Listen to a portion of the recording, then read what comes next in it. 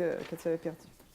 Alors, je suis Catherine Clément-Talbot, je suis avocate et je pratique la médiation depuis 1997 et le droit depuis 1974.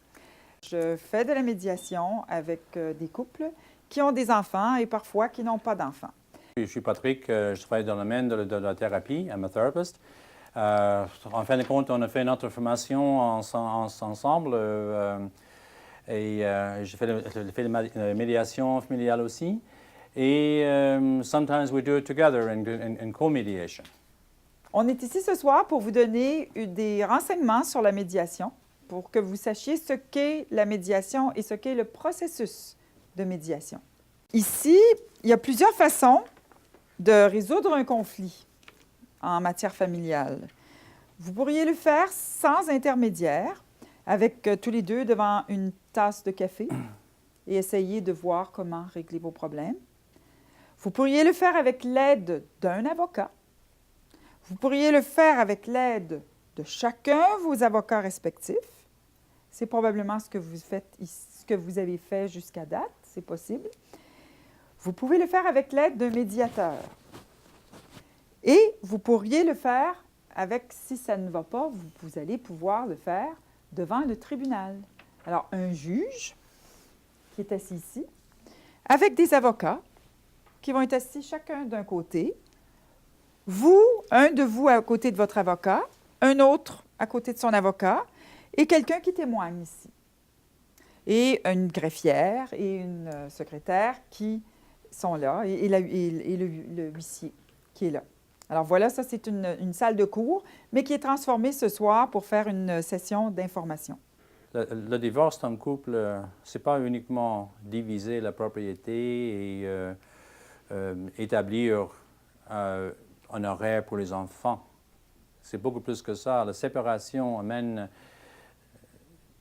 tout un flot d'émotions, de blessures qui ne peuvent pas être réglées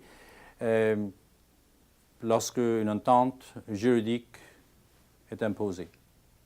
Alors c'est pour ça que le gouvernement essaie d'aider les gens à passer par cette expérience épouvantable et très difficile, tout en gardant une certaine confiance, un certain espoir.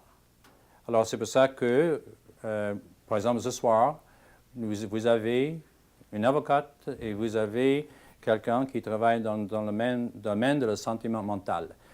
Je voulais signaler aussi que le processus de médiation, ça entre dans plusieurs formes de résoudre le problème.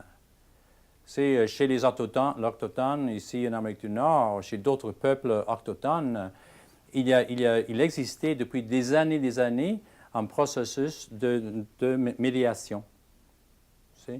Lorsqu'il y avait un conflit entre les personnes dans un village, le chef de village les rassemblait et le chef de village ne disait pas « bon, vous allez faire ça et vous allez faire ça et je leur donne ». Non, on cherchait un consensus. Qu'est-ce que vous voulez? Qu'est-ce que vous êtes prêt à offrir? Qu'est-ce que vous êtes prêt à offrir? Et finalement, sans conflit, ils sont arrivés à une entente. Alors, le processus de médiation n'est pas nouveau. Ça existe déjà. La province de Québec, par le ministère de la Justice, vous donne droit à 6 rencontres gratuites. Dans ces 6 rencontres-là, vous allez à peu près, je vais un peu vous noter un peu comment peut se passer une médiation. Alors, vous êtes assis dans une salle, les deux parties, le père ou la mère, ou les deux qui ont à faire la médiation. Le médiateur, on travaille un peu avec un tableau, et ça, je vous expliquerai plus tard. Alors, il y a 6 rencontres, 1h15 chacune. Okay.